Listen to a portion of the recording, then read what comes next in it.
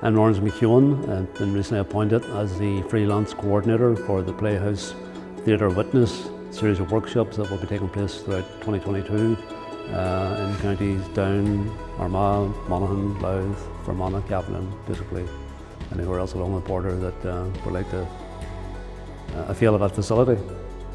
The workshops will have people who are participants in the Theatre Witness and have been for a long time telling their stories.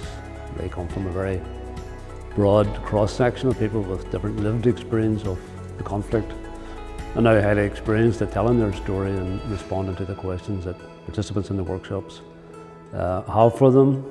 Often that's young people who haven't really heard either much about the conflict or have heard just a very limited version of it or a particular version of it. And the whole aim of the workshops is to show them that diversity of lived experience.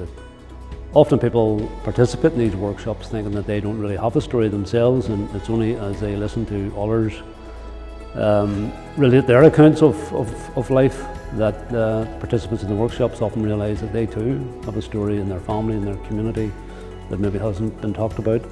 And the whole aim of the workshops is then to work with the participants at whatever level they're at and whatever they desire. If it ends up with a group would want to take things further and maybe even have a production, then fine.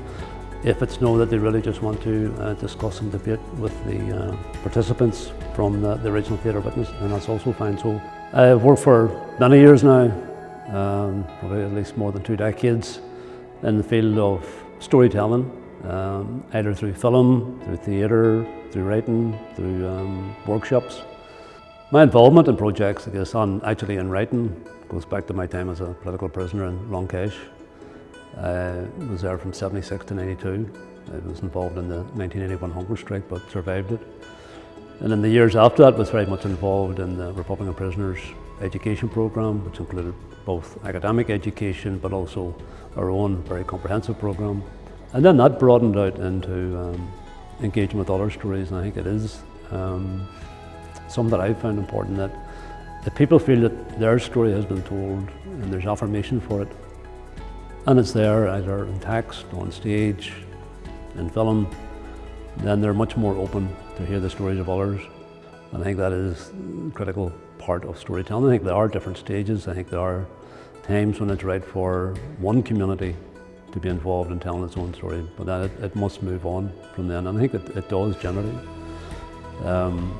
I think I tell my own story now differently than I did in the past. It's not that the past was wrong, but maybe there was a different focus then, a much more political focus, whereas I think now I would tell it in a much more human way and look at more human aspects and the impact on families, etc. My experience has been that if you can actually get people into a room and have it coordinated in a sensible manner, then you very quickly go to a place where people are communicating.